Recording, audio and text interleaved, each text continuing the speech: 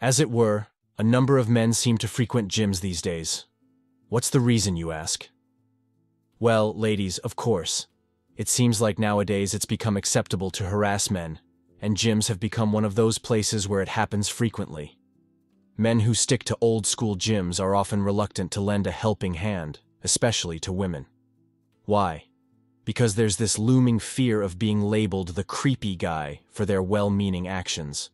Blame it on the Me Too movement or the prevalence of caution in today's world. It's turned gym behavior into a real tightrope walk.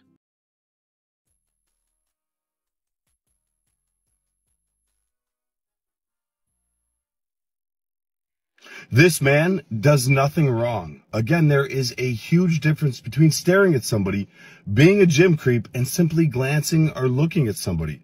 This man is standing next to the machine that he's using, waiting to hit his set while his partner goes. He looks left, he looks right, and he looks down at you both, wondering what you're doing. That's normal. Not to mention, you're directly in front of him with this giant ball, with a camera pointed directly at him, filming him, and what you're doing for the entire internet to see. But you're upset that he looks at you for a second? Really? There is no need to match his energy or stand your ground because there is no conflict. I guarantee you this man doesn't care. But you'd rather post this video to make yourself out to be a victim, which you're not, just to make him out to be a gym creep, somebody that's harassing and staring at you, just so you can get likes and attention. You need to do better. Mind your own business. Gym goers these days often face a slew of challenges. Firstly, there's the financial burden of gym memberships, which can be quite hefty. Even after paying these fees, you might arrive at the gym only to find the equipment you want to use is consistently occupied. Waiting your turn becomes an exercise in patience, and when you finally get your chance, you risk being accused of inappropriate staring, creating a headache no one wants. Moreover, the economic pressures of recent times have led to the closure of many gyms, further limiting access to fitness facilities. In fact, an astounding 60% of men have opted to boycott traditional gyms altogether. Instead, they are investing in home gyms, creating spaces where they can work out comfortably and hassle-free, free from the inconveniences and potentially awkward situations of public fitness centers. For the remaining 40% of men who continue to venture into traditional gyms, they often avoid women. This hesitancy stems from a prevalent perception that certain individuals may label them as creepy guys for their well-intentioned actions. This notion is much attributed to incidents like the Me Too movement. I can't say I have much sympathy for gym owners in this situation. The solution has been pretty clear from our side all along.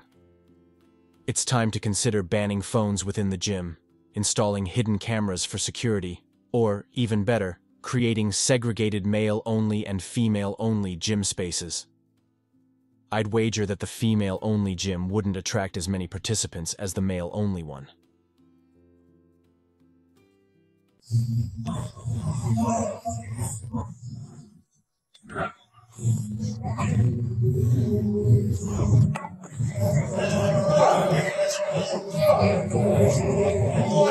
This man is doing nothing wrong. He's minding his own business, getting a great workout in, and you decide to post a video on social media to shame him to get some likes and attention. And you claim to be a leader in the fitness community? Really? All you're doing is the exact opposite. You're making people more afraid of going to the gym. There's already so many people out there that are intimidated and scared to step foot in a gym because something like this is going to happen to them. And what exactly are you making fun of? The fact that he hit a little flex? You literally have video after video doing the exact same thing. And you make fun of his outfit, really? A red tank and a sweatband? Or the fact that he's making a little bit of noise? Take a page out of his book. Put your headphones in. Turn your music up. Mind your own business. Be better than that. Let's face it, some women wear revealing outfits to the gym, claiming they're uncomfortable in regular workout attire when in reality, they're seeking male attention. They're looking for a guy to approach them at the gym.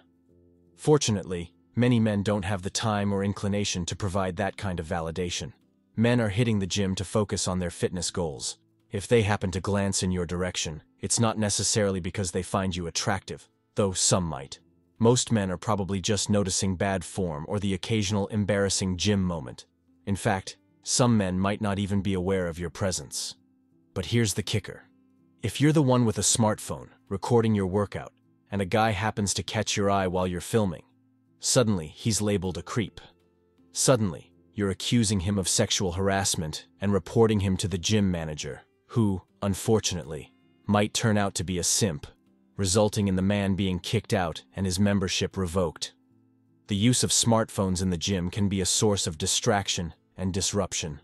Women often use their phones for purposes unrelated to working out, such as texting, browsing social media, or taking selfies. This could lead to equipment being occupied for longer periods, causing frustration for others who are waiting to use it. Implementing rules or guidelines around phone use may help maintain a more focused workout environment. Women record and share the video across various social media platforms, exposing the young man to scorn and ridicule from those who vehemently disagree with him. Unfortunately, this constant backlash pushes some men to the brink, and sadly, many choose to end their own lives, unable to bear the weight of the relentless criticism from the simp supporters.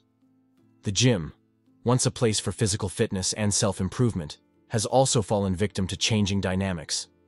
Men, tired of the increasing scrutiny and potential accusations, opt for home gyms where they can work out in peace. Roughly 60% of men have abandoned public gyms in favor of creating individual workout spaces.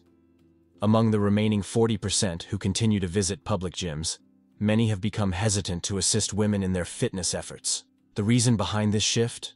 The pervasive fear of being branded as creepy guys, a label that seems to be applied arbitrarily and without evidence. Much of this heightened sensitivity can be traced back to women's concerns and the MGTOW movement.